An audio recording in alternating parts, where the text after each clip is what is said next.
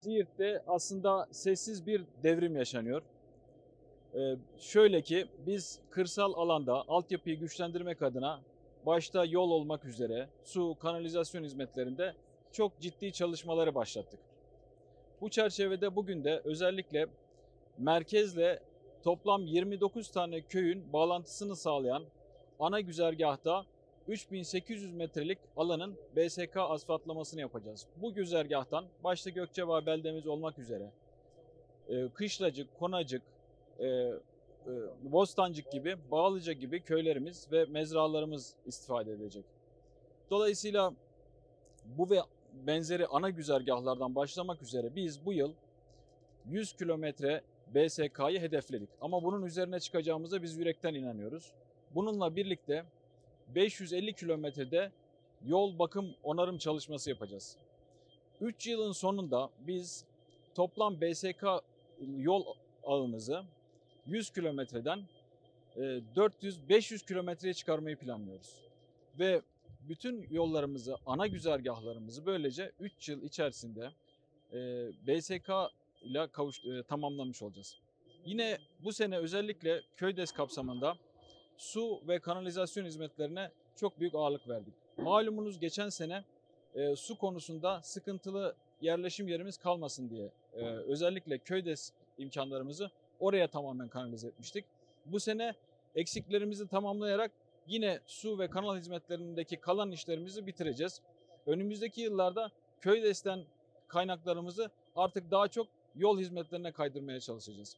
Bununla birlikte bir hususu daha buradan Siirtli hemşerilerimizle paylaşmak istiyorum, müjdelemek istiyorum ki bu yıl sene sonuna kadar tamamlanacak olan yine aynı asfalt plan şantiyemizin bulunduğu alanda bir kilit parke taş tesisi kuracağız. Ve böylece bütün köy içi yollarımızı da kilit parkeyle tamamlayıp vatandaşlarımızın konforunu ve yaşam standartlarını daha ileri bir noktaya taşımış olacağız.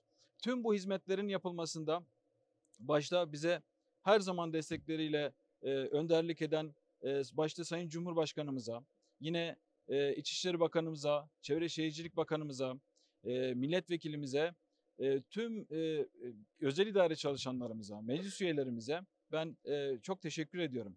Siirt'imiz kırsal alanda özellikle altyapıda çok güçlü ve kuvvetli yarınlara hızlı adımlarla ilerliyorlar.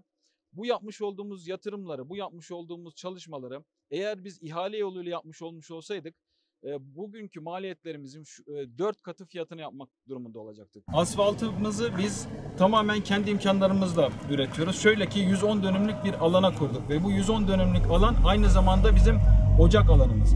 Türkiye'de çok nadir tesisler vardır. Aynı zamanda ham maddenin üretildiği alanın üzerine kurulmuş olsun. Plant tesisi ve kompresör araçları, taş kırma makinelerinin.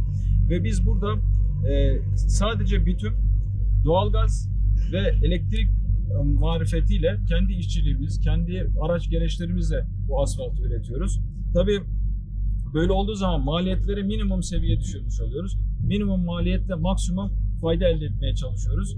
Biz inanıyoruz ki Türkiye'de asfaltı ton başına en az maliyetle en verimli şekilde döken il özel idaresiyiz. Biz bu maliyetlerimizi daha da aşağıya çekebilmek adına şimdi güneş enerjisi tesisi kuruyoruz. Güneş enerjisi santralleri, panelleriyle elektriğimizi de ücretsiz hale getirdiğimizde Allah'ın izniyle biz sadece bitüme, doğalgaza ve araçlarımızın bakım onarımına ve mazotuna para vermiş olacağız. Onun haricinde bizim geriye tek şey kalıyor: çalışmak, gayret etmek.